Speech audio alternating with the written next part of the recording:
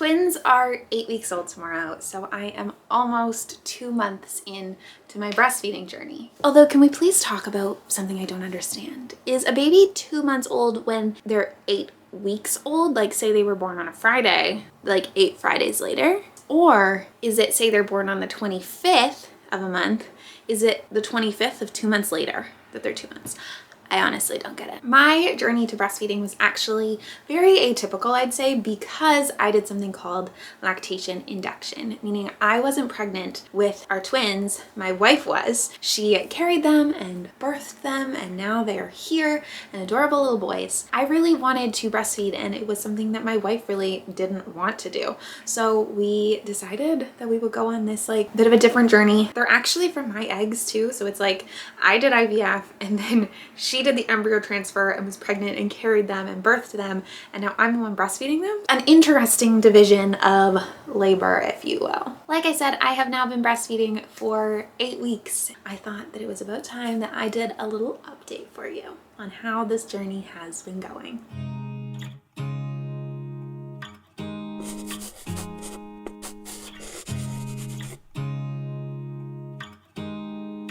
First, what is lactation induction? If you haven't seen any of my videos about breastfeeding before, you might have absolutely no clue how I managed to breastfeed without pregnancy. Let's do a quick little recap about how we got here. I honestly have no clue how I found out about lactation induction or how I learned that it was a thing. It's just something that has lived in my brain for a while and I knew was an option. But I do want to say maybe Abby and Julia, if you guys follow them, I know Julia attempted to induce lactation to breastfeed their son. So maybe that's where I learned about it, but I really don't know.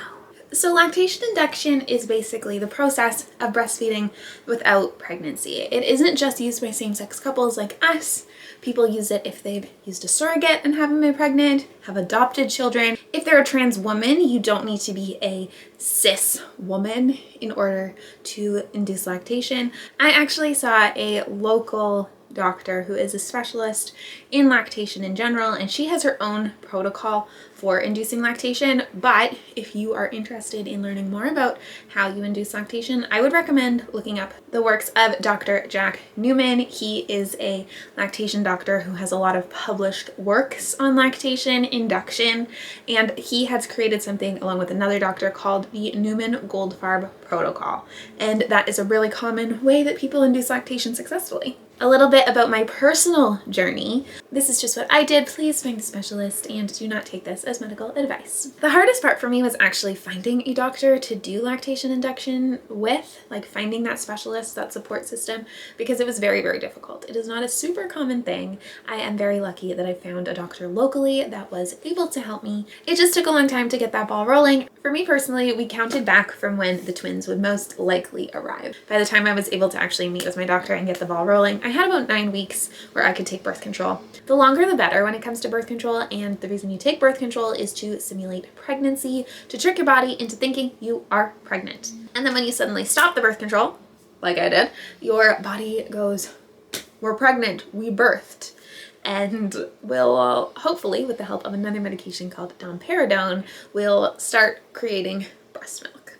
So that's what I did. I took my domperidone and started pumping every 2 to 3 hours in the day and every 3 hours at night. I was very tired. I did that for July, August, September. The boys were born in September. So I did 3 months of pumping ahead of time and ended up with 1,800 ounces of breast milk in the freezer, which is a lot of breast milk. I'm very lucky. Lactation induction was very successful for me.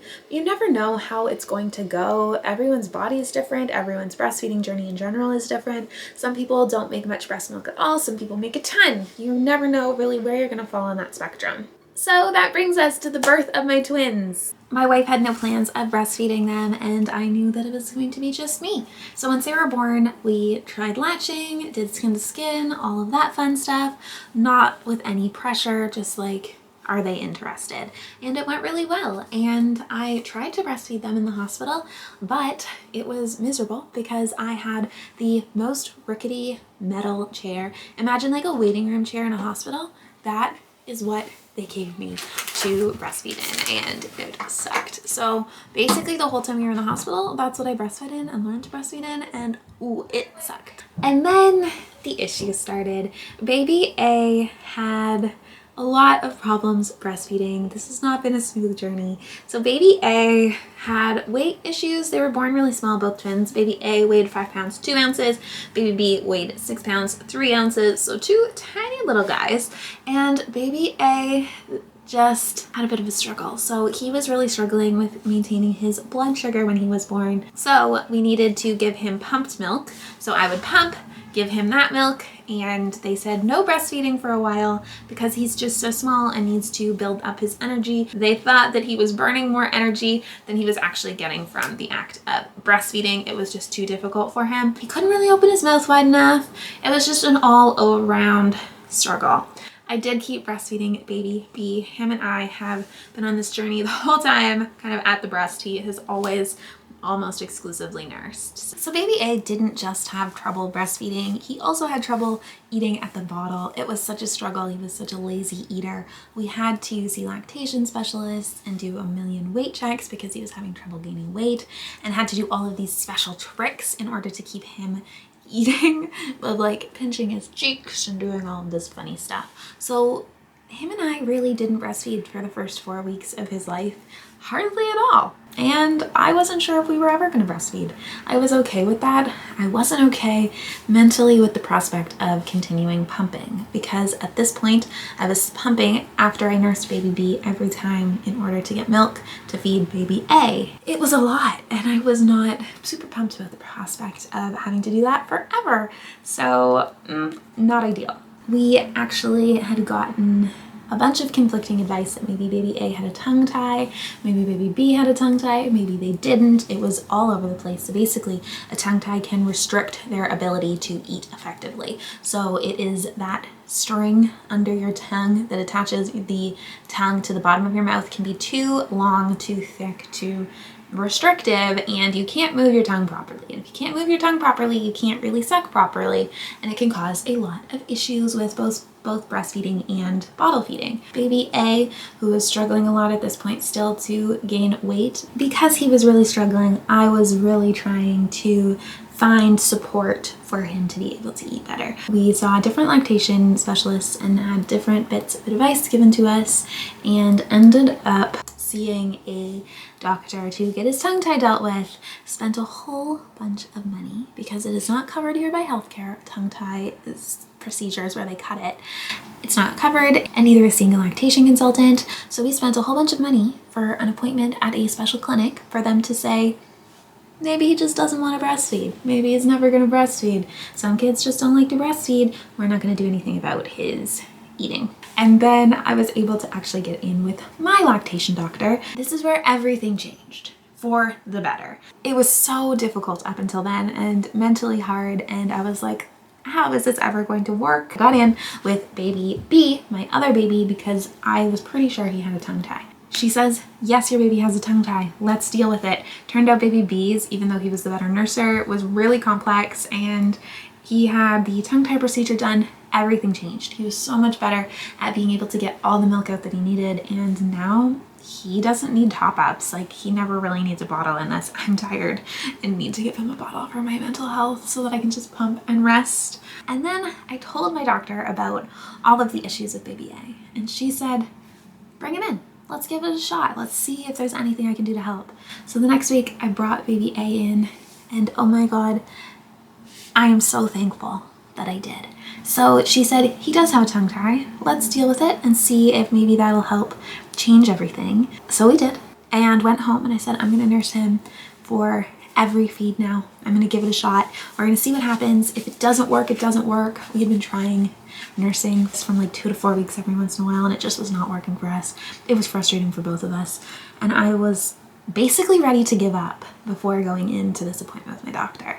After hearing from the other specialists, like, he just doesn't want to breastfeed. He's just never going to breastfeed. Oh well, bottle feeding's fine. She snipped his tongue tie, and oh my God, it changed everything. We have been nursing for every feed since, and it has been going so flipping well. He's still learning because he missed out on the first 4 weeks of nursing.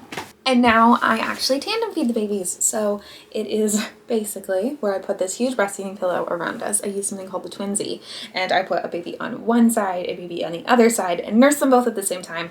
It saves me so much time because nursing twins takes forever, like double the amount of time if you're obviously feeding one baby and then the other.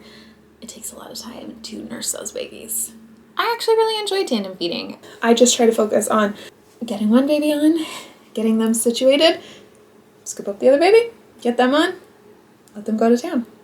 It's definitely not easy, and it's okay if you're struggling with it, I understand, but it's really not as bad as some people will lead you to believe. And am I still pumping? The answer is yes. I still pump after I nurse the twins, and that is because I'm trying to get my supply up. They are hungry little monkeys. I was pumping 40 to 45 ounces a day before they were born, and for the first 4 weeks, I really didn't need to use freezer milk at all, but now that I'm nursing both boys, they are hungry little things. How much babies eat also increases until I think 3 months. I'm not a professional. I actually don't know. But it keeps going up. And right now when they get a bottle, they typically eat 3 to 4 ounces or 90 to 120 mils a feed. And that's a lot of milk. Right now I am needing to use a little bit of freezer milk. My supply can't quite keep up. I am very, very happy though with how much milk I'm making. I would love to be able to give up on pumping after I feed them so I can just breastfeed. It would save me so much time. I really think we might get there. I talked to my lactation doctor and she thinks that I might get there, so hopefully I do. And the one question I get asked a lot is if I still take my domperidone, the med that I take to induce lactation. Some of you might actually take it for a different reason. It is commonly used for digestive issues, gastro issues, and it has a side effect of increasing prolactin, which is a hormone that makes you lactate. And the answer is yes. I'm going to stay on it for a bit until at least my supply gets up to a place where it is enough for the twins. And then I've talked to my doctor about maybe slowly getting off of it. It's a drug that you need to wean off of slowly because it can actually cause mental health issues if you wean yourself off of it too quickly. So basically, I take 8 pills a day right now. It'd be like a week of just taking 7, a week of taking 6, a week of taking 5. So it'll be like a 2-month process to actually wean myself off of it completely. So that is a little breastfeeding update. I am really happy with this journey and how it is going. I absolutely love it. I think that being able to nurse them is just so special. I'm very, very happy that I made the decision of inducing lactation, and I'm very, very thankful that it has been so successful for me and that I'm able to do this because I know lots of people want to but aren't able. That's the update. I hope you are all having a wonderful day and that I see you back here really soon for another video.